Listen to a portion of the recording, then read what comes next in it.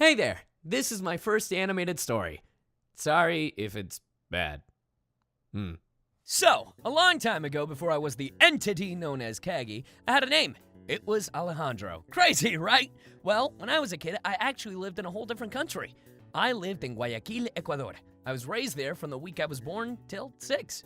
That's right, ladies and germs. I am Hispanic. If you don't think I look it, that's okay. A couple of Jehovah's Witnesses don't think so either, but that's for another time. Now, I don't want to toot my own horn, but my family was somewhat wealthy. Now, we weren't rich or anything. We were middle class. But in South America, that's like upper middle class. Yeah, that's right. We upgraded. We had a tennis court, a jacuzzi, a waterfall at our pool! Yeah, it was great. Until, we moved away and left everything behind. That's fine, Mom and Dad. It's not like I liked Ecuador or anything.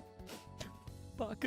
Anywho, one day when me and my brother were little chaps, my brother was 5 and I was 3, my mom put us in her and my dad's bedroom for 5 minutes to wait for one of the nannies to keep an eye on us. Yes, we had nannies. As in more than one. So she turned on her TV, which just looked like a giant box, and started searching for something that kids would enjoy. She passed by soap operas, the news, and then something struck a chord. She found an innocent-looking cartoon, so she left it on and said she'd be right back to say goodbye before she left for work. So me and my brother just sat there, mesmerized by the silly, washed-out colored cartoon. Now, what my mom didn't know was, this cartoon was actually an anime. Now, why is this such a big deal? Well, in America, when anime gets televised, there's not really a problem, because if it airs during the day, it's usually censored because children might be watching blah, blah, blah. But in South America, we don't even know what censorship is! So, of all those shows my mom happened to stumble upon, she happened to find one show which is kind of known for their fan service. Wait, Kaggy, what's fan service? Well, I'm glad you asked, viewer. Fan service is a material in a work of fiction which is intentionally added to please the audience. Doesn't sound too bad, right? Well, the type of fan service I'm referring to is the naughty stuff. So, want to know what show is playing? Was it Dragon Ball?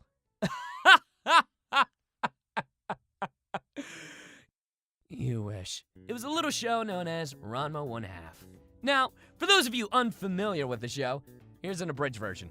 A boy named Rama is training with his father on top of some cursed ponds. He accidentally falls into one, and now whenever cold water is poured on him, he transforms into a girl. And in order to change back, he has to get wet with warm water.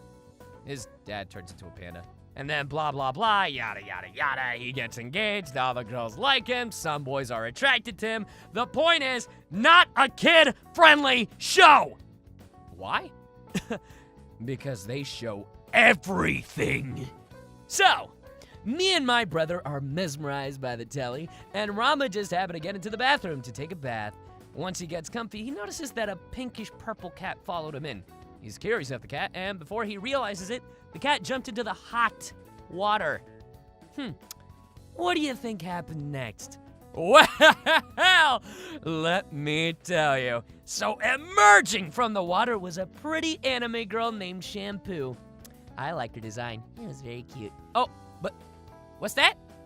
What? She was naked? Oh, snap!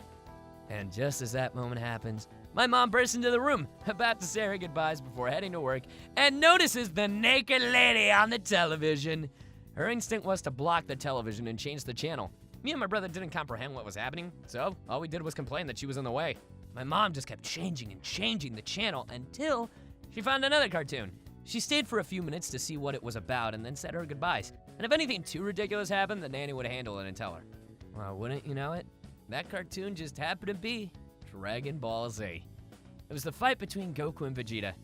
I don't think I've ever been that excited before. And that's how I got into Dragon Ball Z. And probably one of the reasons I'm here.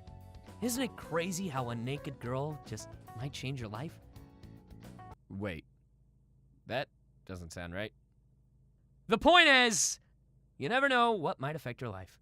Hey there, so this is something different I wanted to try out, you know? It took way longer than it should have because I started this back in January and it's April now. But now I know how to do them more efficiently, so if I wanted to do more, you know, I know how to do them better now. So I've noticed that a guilty pleasure of mine is watching these animated stories that other people tell, and it seems like a lot of fun, and honestly I wanted to try it. Two main people that like inspired me to want to at least give it a shot, see what like one of these would be like in my style. That was Aaron, aka Egoraptor from Game Grumps. He did a videos a while back, a couple of videos a while back, behind the scenes of like animating and like art from like the early 2000s and so forth. And the other is Rebecca Parham, who does these animated stories. She goes by Let Me Explain Studios, which is really cool. They kind of like revived my love for doing animation because for those of you who don't know, I used to go to college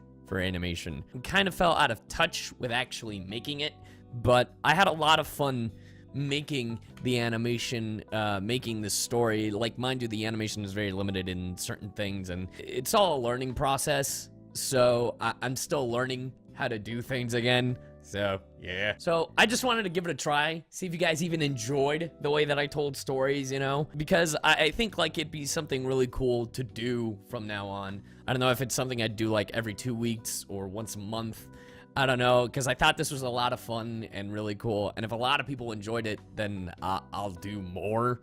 I don't know. I want to give a huge thank you and shout out to Rebecca Parham, aka Let Me Explain Studios. I mean, she doesn't need my simple shout out, but she helped a lot. She gave me some tips on how to do certain things, and you know, just like time management, which was the biggest problem I had and still have. After doing this version, this test run, I know how to do it better next time. At least a better way that I want to do it. But yeah, huge shout out to Rebecca, not only for helping me out, but inspiring me to do animation again. And yeah, thank you for tuning in. Maybe I'll do another one of these sometimes if you guys enjoyed it. And yeah, you guys are great, and stay tuned for more content. I don't know what that was. Later.